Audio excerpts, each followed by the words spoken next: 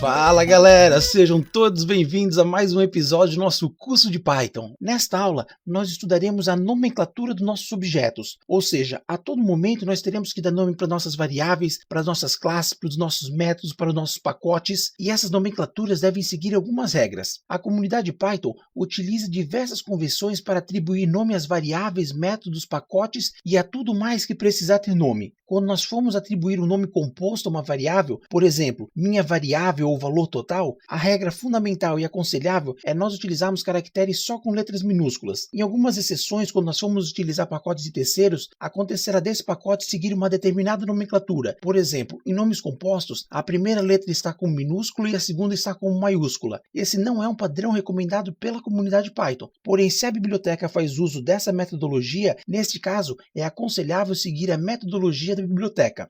O nome de um objeto pode começar com qualquer letra, mas não pode começar com número. Nós até podemos utilizar números no nome dos nossos objetos, mas nós não podemos iniciar o nome desse objeto com um número. E uma outra regra, nós temos que o nome não pode conter espaços em branco. Essa regra não é uma convenção, mas sim um erro de sintaxe. Nesse caso aqui, onde nós temos um nome composto por duas palavras, existe um espaço entre a primeira e a segunda palavra. Nesse caso aqui, o nosso interpretador, ele verificará esse espaço e pensará que aqui é uma instrução e na sequência nós temos uma outra instrução. Ou seja, muito provavelmente nós esquecemos de dar um Enter. Logo, o interpretador do Python levantará uma exceção dizendo que existe um erro de sintaxe no nosso código. Então, nós temos que ter como uma regra fundamental que o nome das nossas variáveis, métodos, pacotes ou então qualquer outro objeto deverá sempre começar com alguma letra ou então um caractere especial underline. Já o nome do nosso objeto pode conter qualquer caractere alfanumérico, ou seja, nós podemos dar um nome para o nosso objeto como minha classe e inclusive utilizar o caractere especial underline. O único caractere especial que pode ser utilizado para dar nome a objetos no Python é o caractere underline. Salvo esse, nós não temos mais nenhuma exceção. Isso porque todos os outros caracteres especiais têm determinadas utilidades para as várias expressões que nós temos aqui no Python. No documento de convenções do Python, também é pedido para se evitar o uso de dois caracteres, que no caso é o caractere I e o caractere O. Isso porque nós temos algumas fontes que não distinguem muito bem entre os caracteres I e o número 1 e o caractere O e o número 0.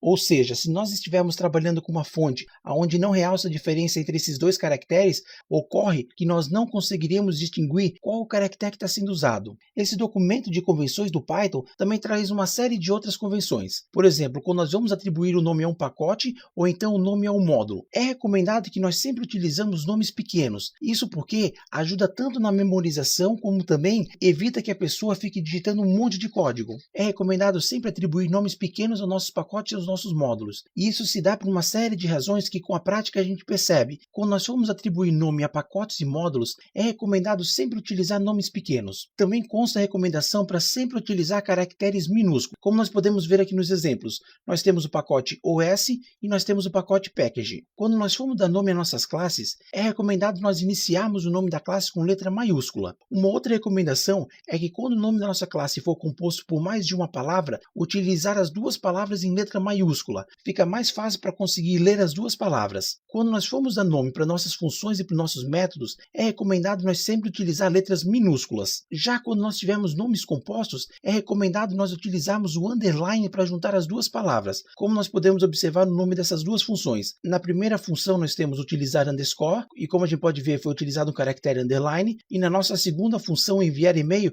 nós também utilizamos um caractere underscore. Quando nós formos dar o nome para nossas constantes, o padrão é nós atribuirmos o nome para nossa constante utilizando somente caracteres maiúsculos. Quando nós tivermos um nome composto, como por exemplo o valor máximo, é recomendado o uso do underline entre as duas palavras. Quando nós formos definir nomes para os parâmetros de funções, é recomendado o uso de letras minúsculas e também é recomendado o uso de nomes compostos unidos pelo underscore. Ou seja, aqui nós temos uma função que recebe um parâmetro. O nome do nosso parâmetro a gente dá basicamente da mesma forma como a gente dá o nome para nossas variáveis. Isto é, todos os caracteres com letra minúscula e quando nós temos um nome composto por mais de uma palavra, nós devemos utilizar o caractere underline. Então é isso aí, pessoal. Nessa aula nós aprendemos um pouco da teoria da nomenclatura aqui no Python e agora nós já estamos prontos para criar as nossas classes, criar os nossos métodos, as nossas variáveis e atribuir o nome de forma correta. Então é isso aí. Vejo vocês na nossa próxima aula. Muito obrigado e até mais. Tchau!